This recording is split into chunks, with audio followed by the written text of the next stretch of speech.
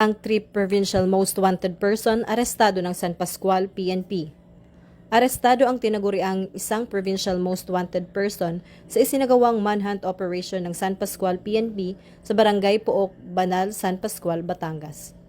Kinilala ni Police Major Ricky Malinao Fornoles, OIC ng San Pascual Municipal Police Station, ang suspect na si alias Ereneo, 49 na taong gulang, residente ng Barangay Pook, Banal, San Pascual, Batangas.